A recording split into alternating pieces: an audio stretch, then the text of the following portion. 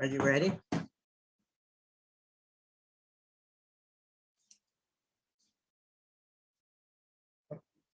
Yes, sir.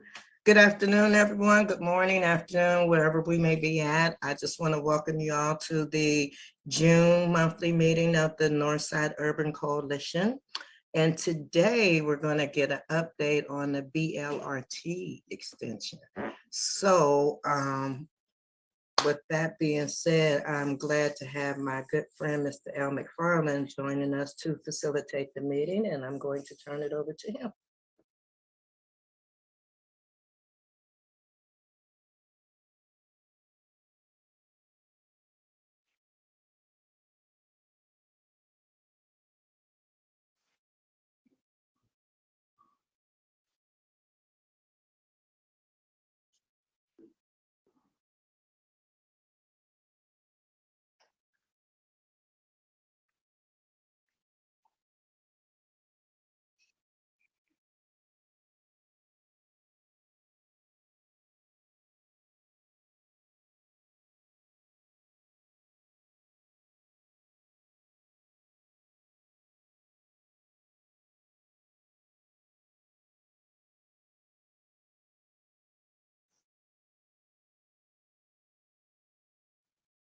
Yes, sir. Thank you. So for the month of June, from the first till the middle of June till today, there's been 0 homicides for Hawthorne, 0 rapes, 5 robberies, 7 aggravated assaults, 4 burglaries, 9 thefts, 1 auto theft, for a total of 26 Part 1 crimes. I'll remind everybody, a Part 1 crime is anytime there's a victim involved. And then what I did, since we're about halfway through the year of 2022, I went back and did a comparison of Part 1 crimes compared to where we were last year at this point. And so for 2022, we've had 16 homicides in the 4th precinct. This isn't just Hawthorne, this is the 4th precinct wide. 16 homicides as it compared to 20 last year, 80 rapes as it compared to 102 for 2021, 107 robberies compared to 138. 1,162 assaults compared to 1,151, 159 burglaries compared to 136, 659 thefts compared to 536, and 320 auto thefts compared to 331. And then for carjackings this year, we've had 40 compared to 60 we had last year at this time. So we've showed a decrease in homicides, rapes, and robberies. We do have an increase in assaults, burglaries, and thefts precinct wide. And then we've had a decrease in carjackings and auto thefts in general. So we do have some work to do, but we do have improvements made as well. So are there any questions?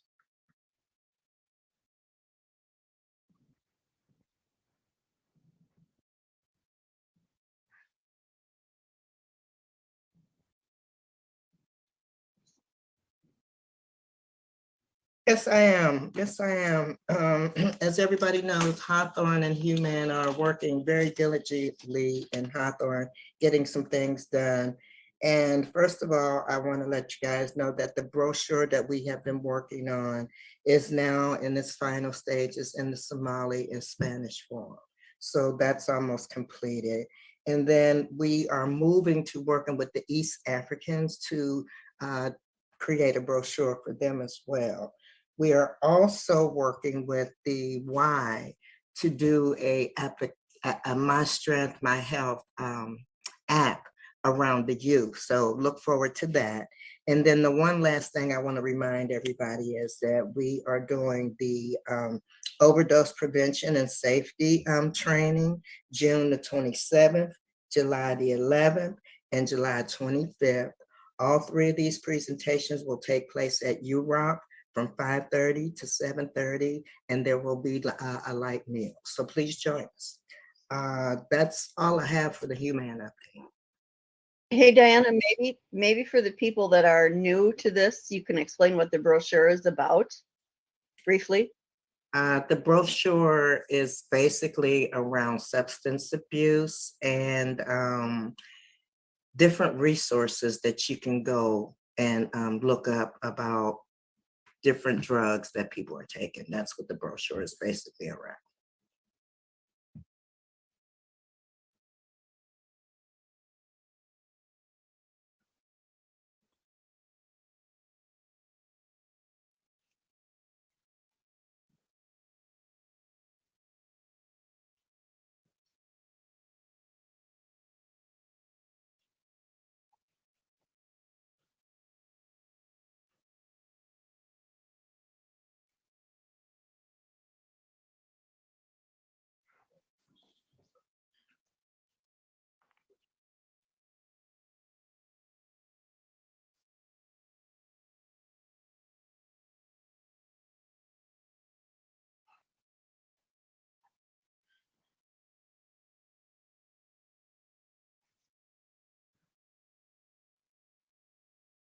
Oops, there we go. Thanks, Al, and thanks for everyone else here from the Northside Urban Coalition. Kathy and I are very happy to join you today on this Friday as we talk about where we are advancing this important work of the Blue Line extension, and kind of bring people up to speed on what we're doing with the project, some stuff about next steps.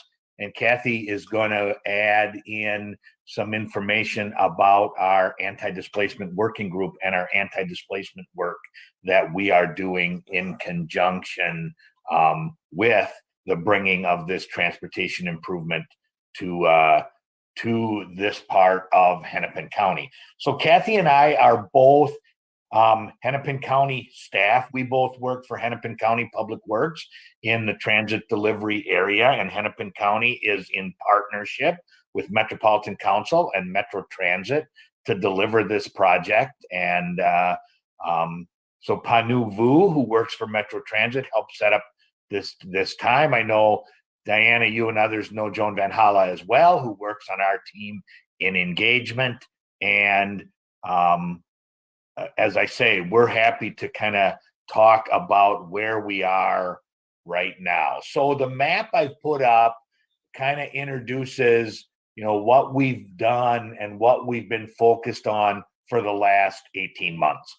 The Blue Line extension project goes on much longer than that. It goes back many years to a desire to try to extend the Blue Line. And for those folks not familiar, the Blue Line is the light rail segment that is in Hennepin County that runs from downtown Minneapolis to the Mall of America, the airport, South Minneapolis. The original, as you would have known it, Hiawatha line, the first LRT line that was built.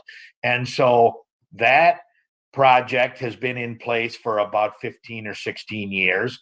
And our goal is to extend that from Target Field up through the northwest part of Hennepin County. And for years, we were advancing a project that you see on this screen represented in kind of the dotted yellow line. And that was going to leave Target Field Station and head east-west on Highway 55, kind of through Harrison and Heritage Park that way, make a turn right by Theodore Wirth Park, and then follow adjacent to the Burlington Northern Railroad tracks that run through Theodore Wirth Park and the edge of Minneapolis and Golden Valley up into Robbinsdale, up into the city of Crystal, continue to follow the railroad tracks into the south part of Brooklyn Park, and then transition over and have an LRT line run on West Broadway in the city of Brooklyn Park.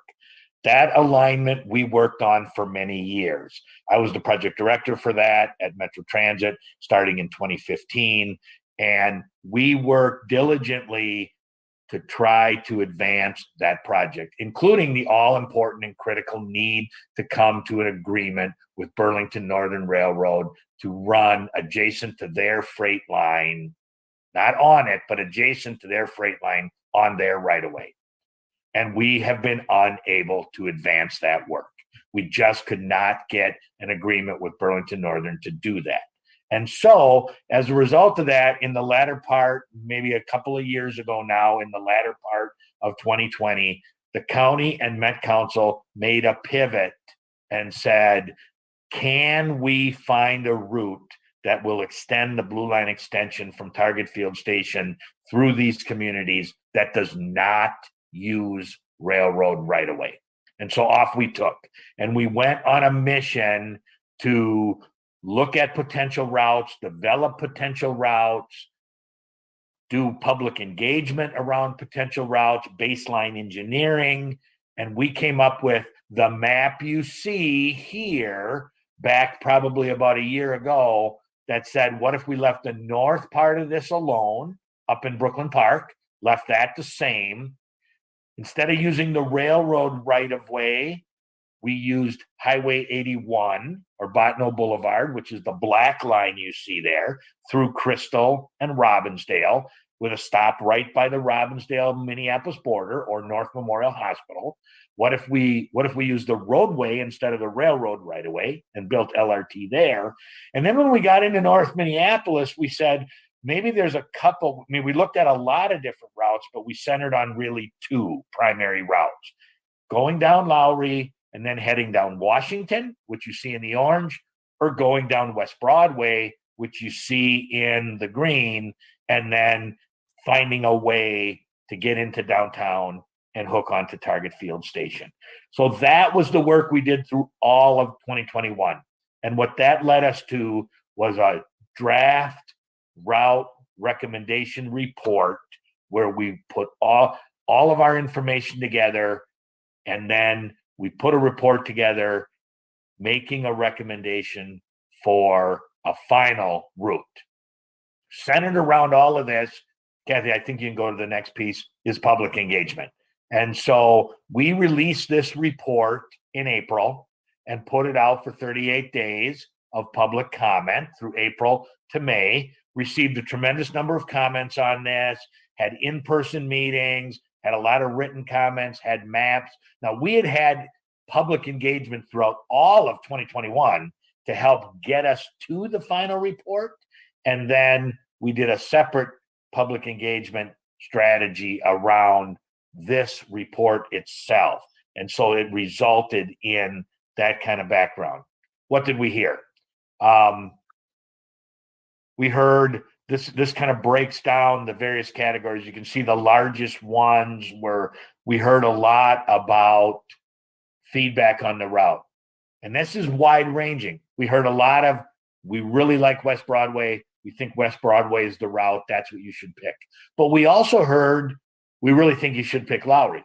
And so, we heard from both of them a lot of desire to move forward. We heard a lot of, we like both routes. We just want you to build something here. We just want you to get LRT up here through North. A lot of concerns about noise and vibration and construction impacts, and a lot of stuff about the station should go here, the station should go there. You see a lot of that. Hey, do you really have the money? How much is this thing going to cost? Where are you going to get the money? How much is it going to cost me? A lot of questions and comments about funding. And the other one I want to bring up is a lot of questions about safety, and two kinds of safety, both safety of, say, what will it mean to have LRT in the street? Will it be safe to cross? And where will cars be able to run? And how will we make left turns with the tracks there? That kind of safety. And then what about safety at stations? Will it be safe? We don't like the trains. We hear they're unsafe. We hear there's a lot of, not so great behavior going on.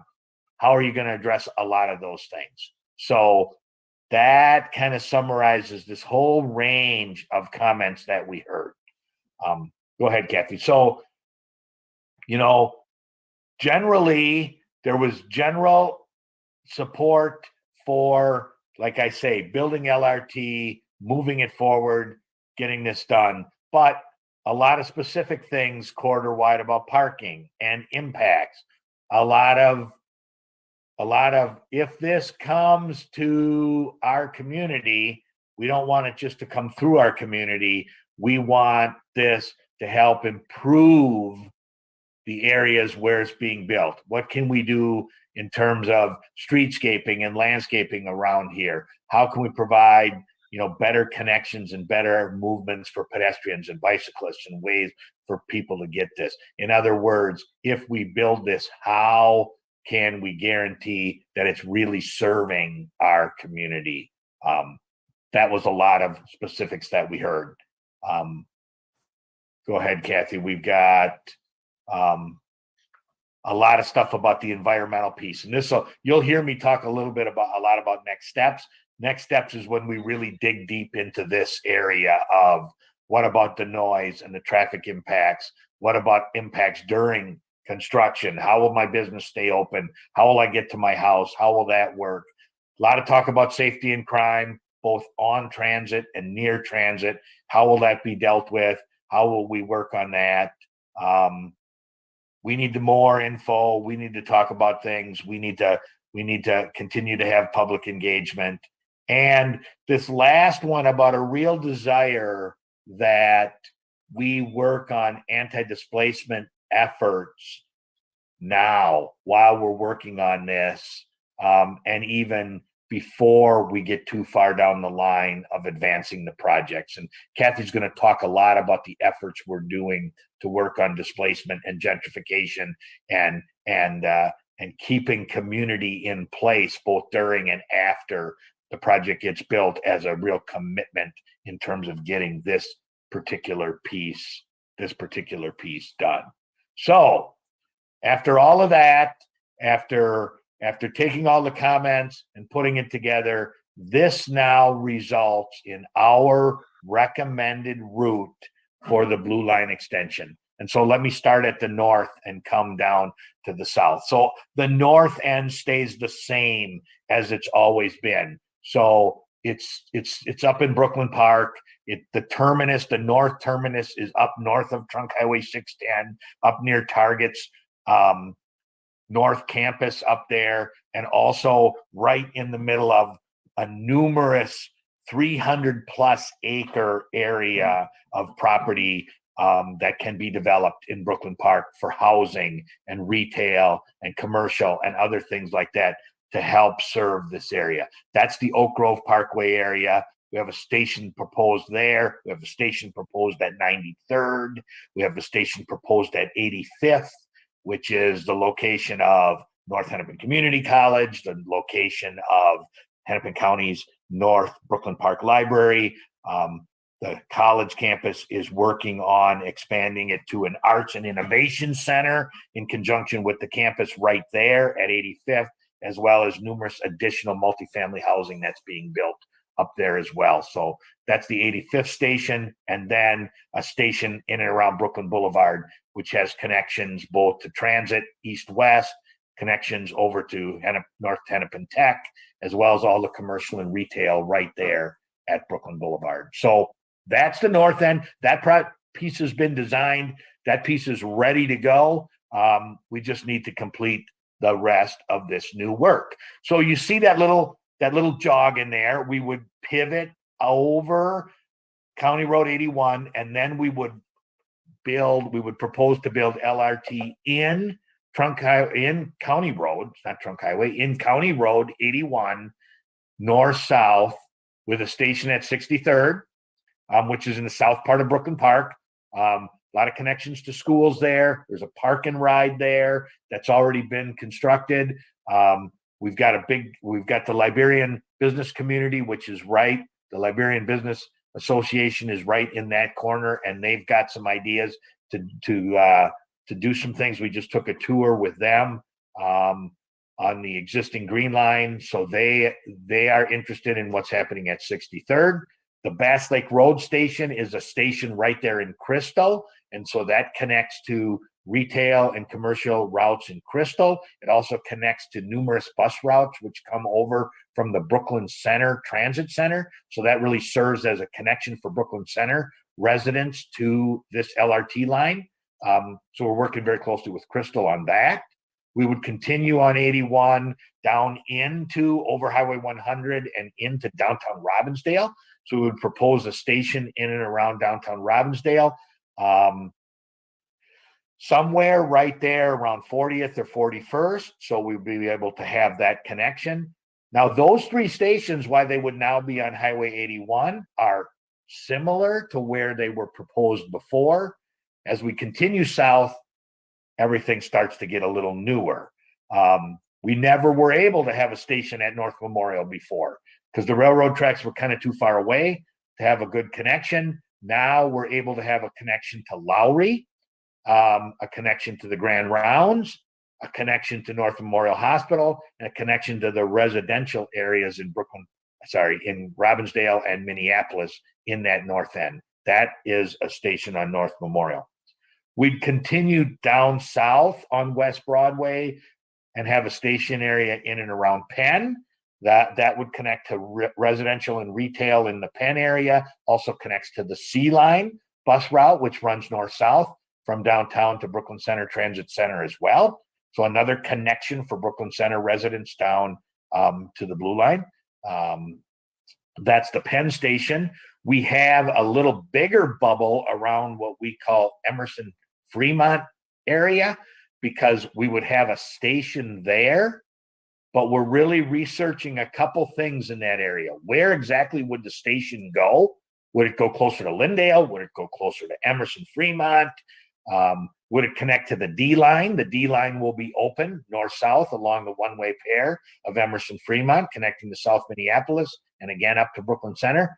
So there would want to be a connection there. The Shiloh Church is there. Minneapolis School District headquarters is there. A lot of commercial and retail is there. We're also looking at, can we put everything on West Broadway, or should we use West Broadway and the one block north of West Broadway, 21st, to be kind of a shared route for vehicles and LRT, and how that might work. A lot of work to be done right in that area. Now, our original proposal has then to make a turn and go down Lyndale, to follow Lyndale to a station at Lyndale and Plymouth on Plymouth Avenue, right by V3, and there's a Hennepin County Service Center down the street. There's a job center down the street, and then eventually up over 94 into downtown and to Target Center. In our work on the final report, we heard a lot of feedback from the neighbors in what's called the Lynn Park neighborhood, which is kind of Lyndale east and west of, the neighborhoods east and west of Lyndale between Plymouth and West Broadway. So we have added on the idea, you don't see it on this map yet, but to look at, instead of coming down Lyndale into downtown, what about the idea of maybe continuing on West Broadway over 94 and then coming in down Washington Avenue into downtown? So we have added that to the list of what we will analyze going forward. So that's a run through of what the route looks like as proposed.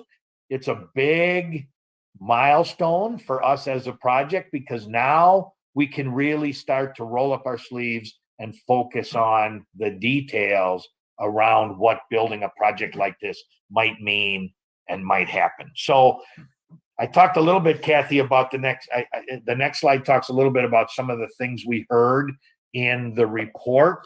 And so I talked about these two bullets in some already. Number one, we're going to reevaluate options for the route between downtown Minneapolis and West Broadway. Is Lyndale really the best route?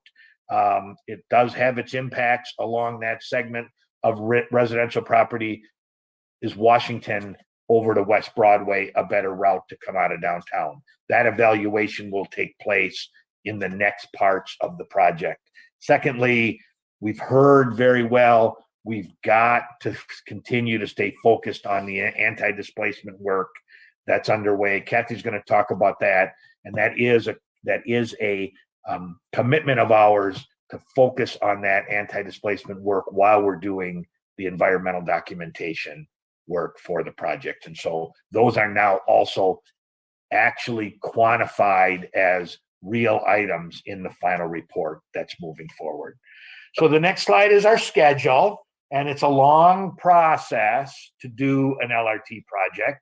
We were well into the purple on the other project before we had to, walk a couple steps backwards to the blue. And now we believe we're at that all-important time frame where we're ready to leave identifying a route and really focusing on what we call the green box, or analyzing environmental impacts of this project and documenting them and making commitments to mitigation measures to deal with those impacts, working towards a municipal consent plan, which is about 30% of the design and engineering of the project, to bring to each of our communities.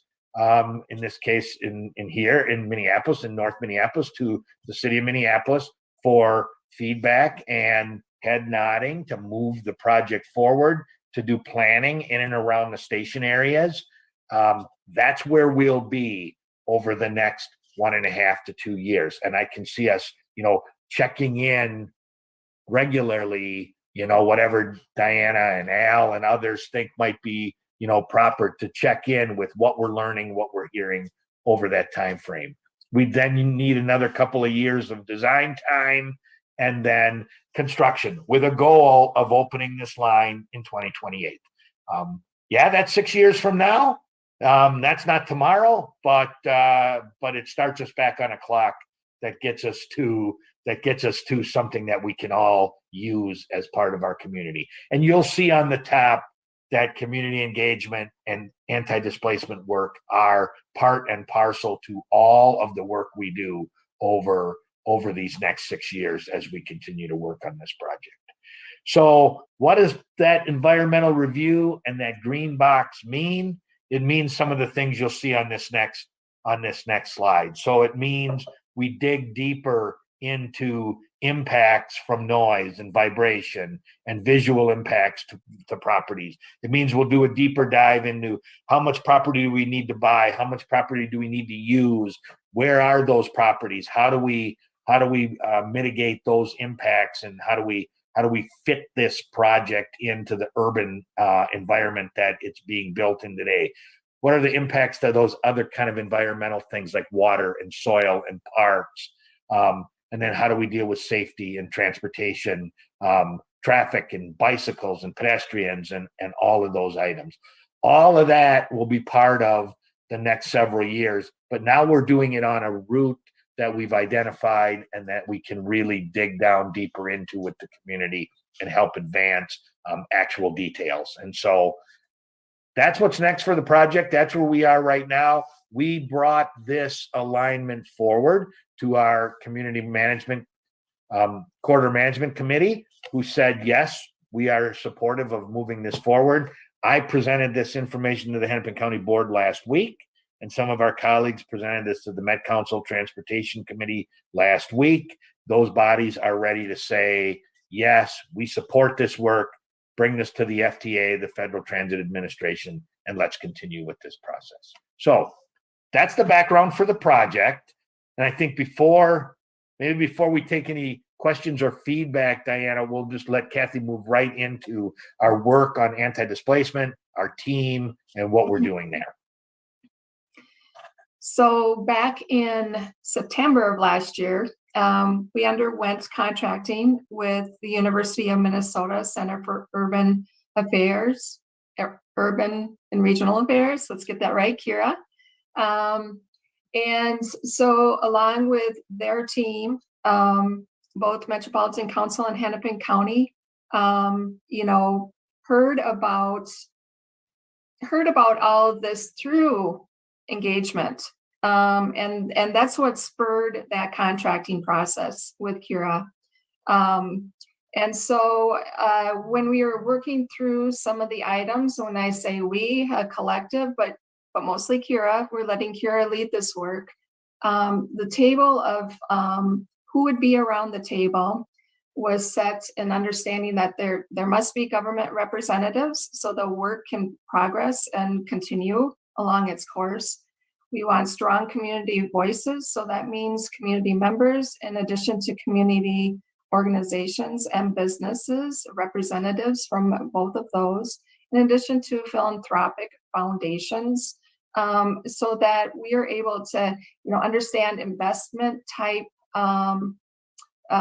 possibilities, in addition to really rolling up our sleeves in government, understanding the recommendations that are coming forward from our community members and organizations and businesses, and working through those to make actionable, those recommendations actionable. New policies, new programs, where are we gonna find these extra dollars and investments, and how would we move forward? So collectively, independently, however that works, dependent upon the jurisdiction. Of course, we all need to work together, right? And sometimes it is independent, but we are, when I say we, the corridor cities, along with Hennepin County, Metropolitan Council, and the Minneapolis Parks and Recreation Board, those are the government agencies. We're really committed to this work, and and want to work collectively to make some real change. So with that being said, how do we get to understanding what strategies to mitigate displacement are? And that's where Kira comes in. So there was just a anti-displacement work group meeting that was held at Juxtaposition Arts on June 4th, and it was an all-day affair where we really, and the day flew by. I have to say, as being an observer and helping to plan this event with Kira, it was just really well done. And everybody was engaged and sitting at the table and really, really listening to what Kira had put together. And so we started out with a great welcoming poem from an artist in St. Paul, and he recited it himself with a lot of passion. And that kind of set the stage for a real good work session, I believe. We also got a little bit of what the project history was of the Blue Line, and went into understanding what displacement is. What does it mean to this group? And then we went down and we started talking about the data effects on the green line and blue lines that exist today. Kira put together a lot of quantitative data that helped us understand when did displacement happen, how did real estate work within that, what were the trends, and and it happened differently on the lines where displacement happened. And so that was really interesting. And I think that as the lines were different and how the federal funding came into play, and just that experience from the blue line transferring over to the green line, it just hit at different times. And so how will it hit with this project? I think we need to be ready with that. And so moving on to that, we had a community expert forum panel that talked about the investment that helped with businesses during construction to help them operate, as far as making sure there's access, and other types of investment. And Dan, maybe you can just chime in a little bit here about all the other things that that group, excuse me, did to help businesses while under construction. Well, that's a good point, Kathy. I mean, one of this changes here is because we're not on the railroad alignment anymore. We're going to be a lot more like the work we did along University Avenue, where we're going to be building, a LRT line directly in front of businesses. So we will look to work with groups to put in small business support mechanisms, ways to help small businesses, make sure that all of their documentation and bookkeeping and everything else is up to speed, to help them with signing, to help them with, ways to get customers into their doors during difficult construction times.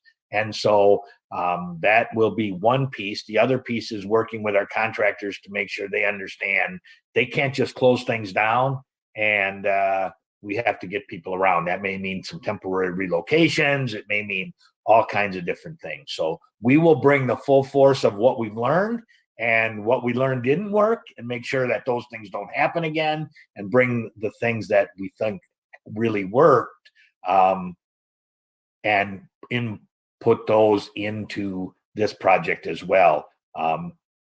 We're starting much earlier than we ever did. I mean, we're starting here now 3, 4, 5 years before construction. That's good. We did not start that early on Central Quarter. We had a lot of catch up to do. We're going to hopefully be well positioned when we move forward under this project.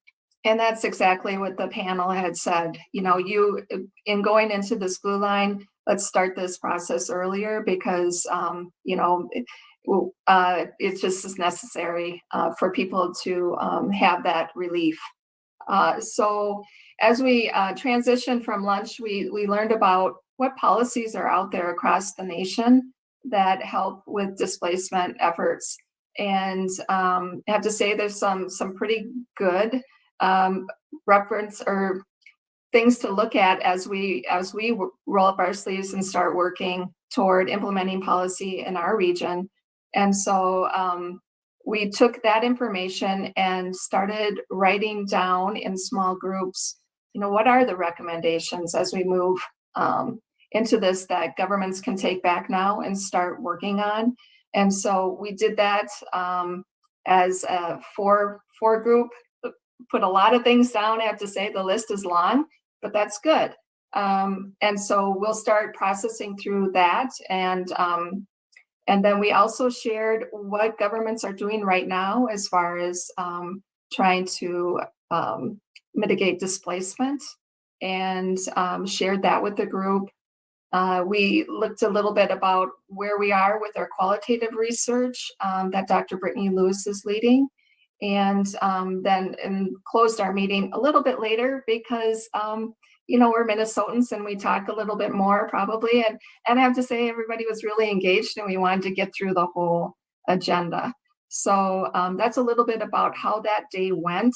If you're interested, I'll leave, well, actually at the end of this presentation, there's a website to go to that have the recordings of all of the work group sessions. So there were 2 sessions held previous to this one to kind of kick off the anti-displacement work group, acquaint everybody with one another, in addition to really drill down on what qualitative research we should undergo, who should we reach out to understand some of the things that we want to learn, and then present them to the group for their understanding.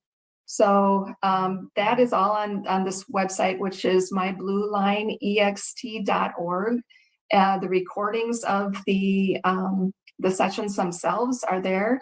We're working on summaries of those meetings because we know some people are really busy and they probably can't view 8 hours worth of a meeting, right? And also in addition to that, we have the meeting materials and the agendas and everything for people to reference if they want to do a little bit of a dive on what we've been talking about and those materials.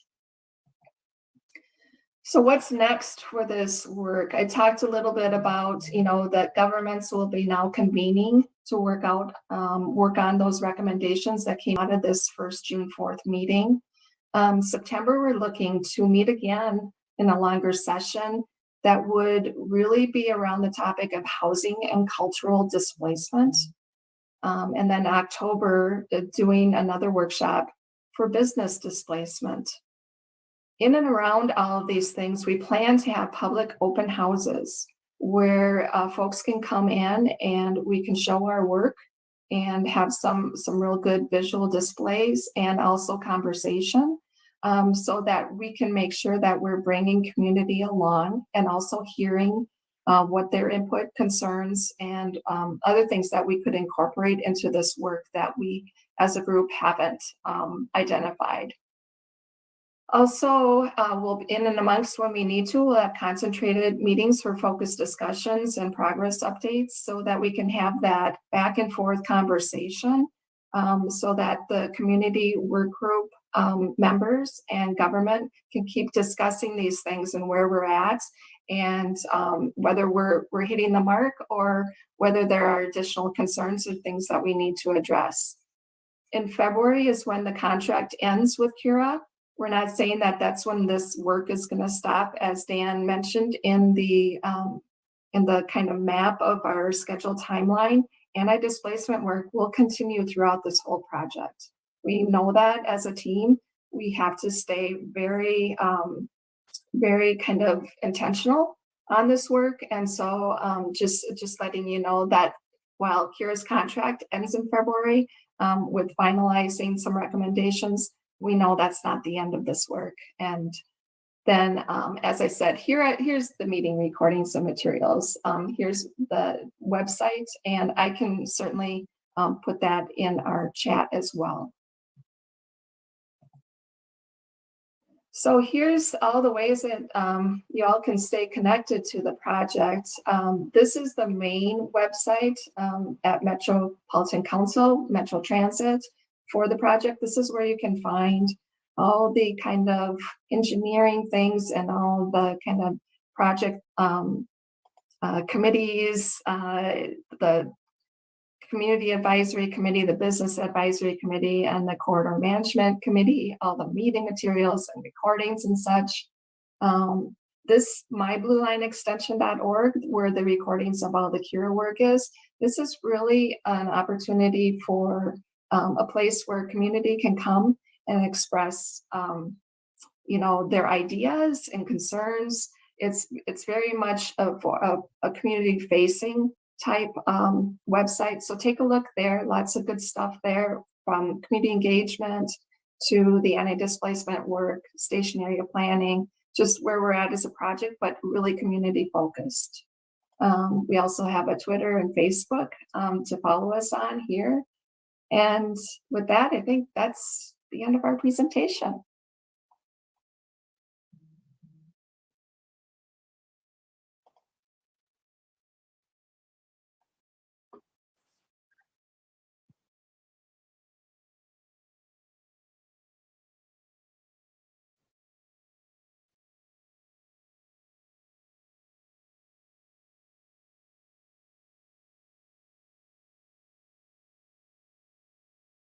I see E.B. Brown had put one in the chat, and I think that her last couple slides kind of answer it, but one of the concerns was, she said, major concerns have been voiced by our communities, seniors, for transit safety and neighborhood walking activities. That was the main concern. But I think with regards to have the residents / homeowners, renters who live within a block off of West Broadway, have they been able to give feedback? And I think those were in her slides, their slides, EB. So I hope that that answers your question. And if not, maybe Dan and Kathy could chime in on what I just said. She's unable, something's wrong with her voice on the machine. So I'm reading the question for her. Well, we hope so, Diana. I mean, we've had a lot of meetings out in community. We've had meetings at a lot of different places. We've met. I know I and Kathy have been at so many meetings. We've met personally many people that live close by, that live adjacent to.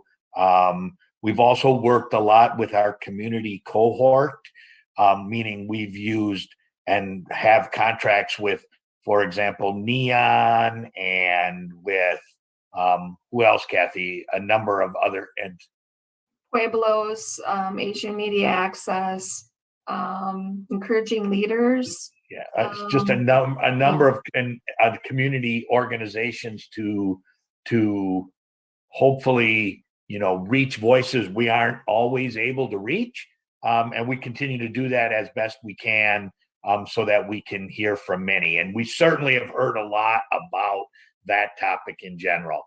Great. We love the idea of LRT coming here, but will it be safe? Can we walk to it? Can we get there? And when we ride, is it going to be safe at the stations? How can you improve safety on the trains? All part of what we're trying to do here. And as we're moving on in the next coming months here, we really want to drill down into segments along West Broadway and beyond, so that we're having really concentrated conversation with folks in and around the proposed routes. And that means businesses and residents, and come together and kind of just focus on that given area. And then, have another one, with a radius around that. We hope that we get good participation within that. Maybe that might be a little bit easier for folks to talk and let us know what their concerns are and what their ideas are and what things they need, as we develop into this engineering phase.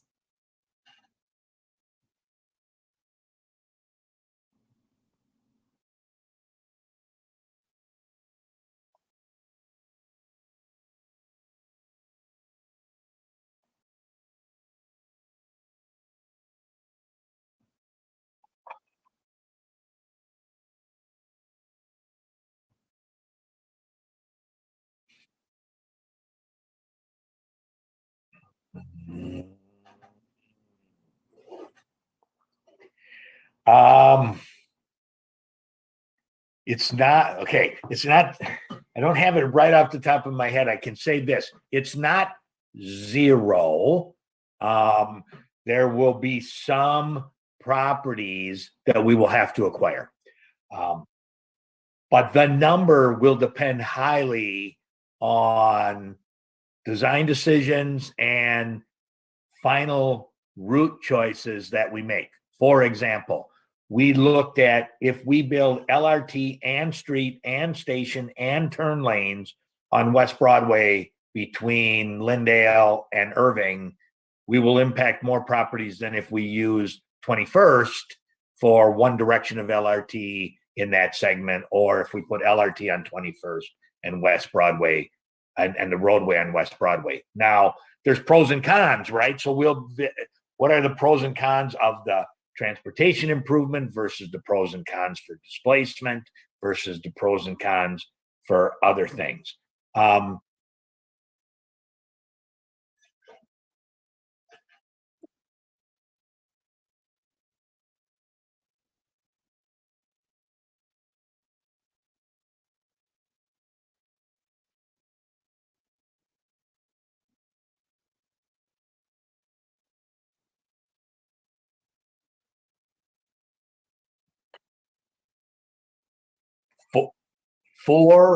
There's four choices, Al, that we're researching right now.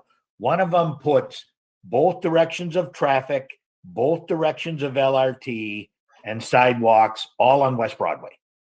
That's one. One of them puts eastbound vehicle traffic and westbound vehicle traffic, half on West Broadway, half on 21st, and both directions of LRT on West Broadway. Option 3 puts both directions of vehicle traffic on West Broadway, one direction of LRT on West Broadway, one direction of LRT on 21st, splits the track, if you will. And then the fourth option leaves the traffic on West Broadway and puts the LRT on 21st. Four different ideas. Each of them have different traffic and transit impacts. Each of them have different property impacts. Let's take the Penn area now. Up at Penn, where we put turn lanes, where we put the station, how we position the station, all have different impacts on what properties might need to be acquired versus others. Everything I'm talking about is still on the same route, right? The idea being West Broadway is the route, but the final design details and what we'll do over the next two years will have those impacts. The goal and one of our principles, reduce the acquisition or minimize the acquisition of residential property. Number two, why we would like to, we want to be creative with where is there already public property on West Broadway? Where is there commercial property that's commercial but is fully boarded up and closed and not being used right now? How can we use some of that? Where and who might want to be relocated to something different? All that will be part of the big discussion.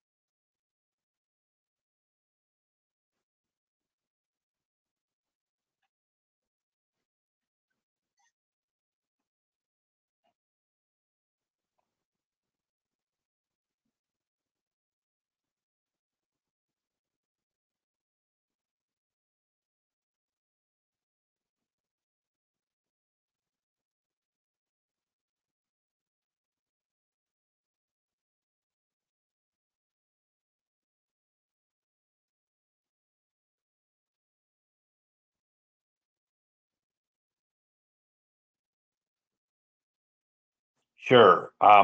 Great question, Al. So let me tell you a little bit about my background experience. I've now been working in LRT in the Twin Cities for the last 15 years. So I started working on the Central Corridor LRT project when that project was in design. And then I was eventually the director of construction. So I was in charge of the construction and delivery and eventual opening day of the Green Line. If you remember early on, and some people do and do not remember this story, the original concept for Central Corridor was that we were going to attempt to have 1 mile spacing on stations on University Avenue. So we were going to have a station at Snelling, and we were going to have a station at University and Snelling, University and Lexington, and then University and Dale. And that was going to be the typical level of spacing. That's what was going to happen. The community really said, we want more stops. And when you're building LRT, it gets into a mix here, right? Too many stops and it acts like a local bus. And people say, well, I can't ride that. It just takes too long. The other flip side, not enough stations. And are you really capturing the ability to deliver the service that's needed and provide the economic benefits? So the community was successful, and we added the 3 additional stops at Hamlin, Victoria, and Western that are between those. And so now we had half-mile stations. Now here's why I tell that story, Al. The reason I tell that story is because one of the big reasons why those station additions were desired by those neighborhoods was not only additional places to catch the train, but additional opportunities to build wealth and redevelopment at those places. And I can say without any hesitation that that has absolutely happened. If you go to the Hamlin station, you'll see the Project for Pride in Living complex built right across from the Target. Brand new multifamily housing for and in the community. The Model Cities work right around Victoria Station is in place. The Dale Station has new housing. The Western Station, which is one we added at the old Home Dairy, has stations there. So maybe you folks are familiar with Nyetta Presley. If you worked with Nyetta from Aurora St. Anthony, she was very instrumental in that work, very instrumental in those developments, and was one of our participants at the anti-displacement working group day that Kathy just shared about, that helps to, tell the community those are what are there. So we believe absolutely that it's bringing a transportation service to the north side, but it is also absolutely bringing the opportunity to bring in and build housing and bring more people into the community. But here's the rub: that can't be new $3,000 a month North Loop apartments that drive everybody that lives in the neighborhood out. And so that's where we need to keep our focus. How do we provide growth, provide economic opportunities, and provide wealth in the north side without driving the people that are there away and letting people on the north side benefit? That's where all of our work is centered.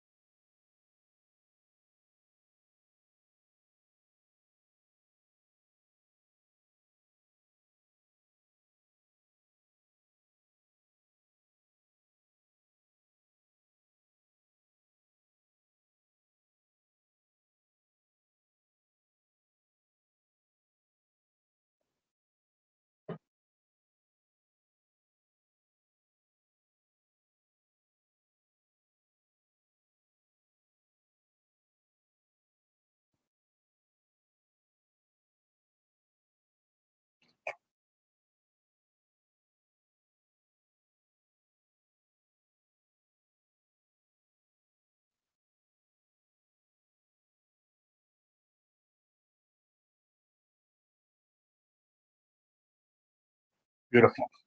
Kathy, are we using Insight News now? We're not, but thank you for that, Al. Yeah, that's appreciate great. that. We are open to, we do a lot of advertising, KMOJ, MSR. We've been using.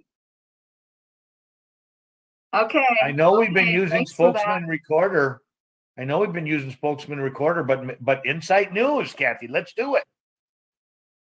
All right. I wrote it down. All right. We love the biggest and the best.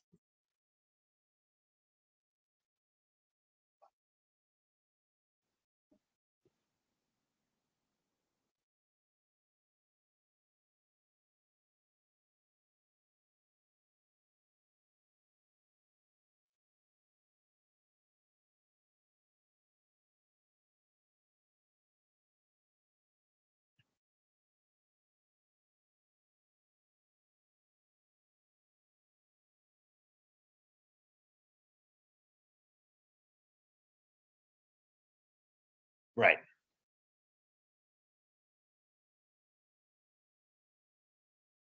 That's our goal, but right. And you're right, Al. We miss things. We miss things too. We miss people. We miss spots. And when we find out about them, we do what we can. Deanna, we're happy. We're happy to be back when the times are right. When we've got a good opportunity for new pieces, or where we're transitioning into something else. Happy to be here. Maybe Thank you, someday in everybody. person, folks. Maybe someday in person.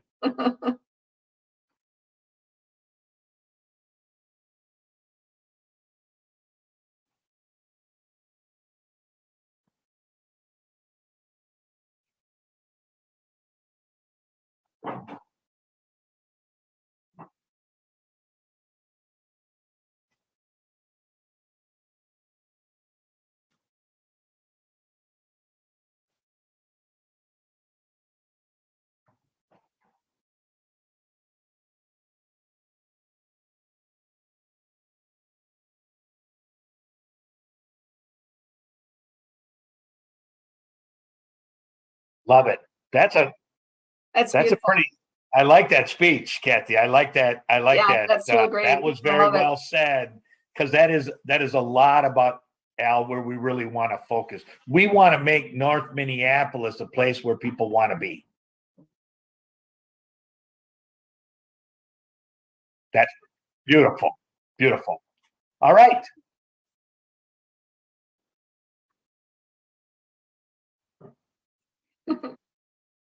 Thank you. Thank you very much. Yes, it was a powerful presentation.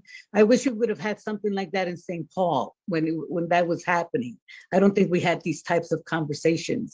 So thank you very, very much for coming on. And thank you, Al, for sharing the importance of North Minneapolis. Hello. Yeah. Thank you, Diana. Thanks, everyone. Thanks. Thank you. Recording